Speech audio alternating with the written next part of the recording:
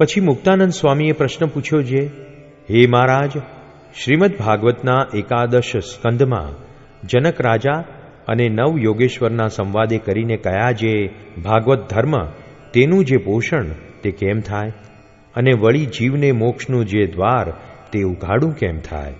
પછી શ્રીજી મહારાજ બોલ્યા છે, સ્વધર્મ, જ્ઞાન, વૈરાગ્ય અને મહાત્મ્ય જ્ઞાન તેણે સહિત જે ભગવાનની ભક્તિ તેણે યુક્ત એવા જે ભગવાનના એકાંતિક સાધુ તેના પ્રસંગ થકી ભાગવત ધર્મનું પોષણ થાય છે, અને વળી જીવને મોક્ષનું જે દ્વાર તે પણ એવા સાધુના પ્રસંગ થકી ઉઘાડું થાય છે.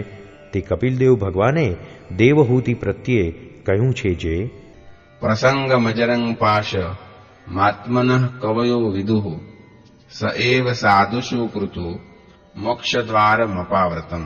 જેવો એ જીવને પોતાના સંબંધીને વિશે દ્રઢ પ્રસંગ છે, તેવો ને તેવો જ પ્રસંગ જો ભગવાનના એકાંતિક સાધુને વિશે થાય તો એ જીવને મોક્ષનું દ્વાર ઉઘાડું થાય છે. જય સ્વામિનારાયણ દયાળુ. આપને આ વિડિયો પસંદ આવ્યો હોય તો અમારી ચેનલને સબસ્ક્રાઇબ કરો, લાઇક કરો અને દરેક સત્સંગીઓને શેર કરો.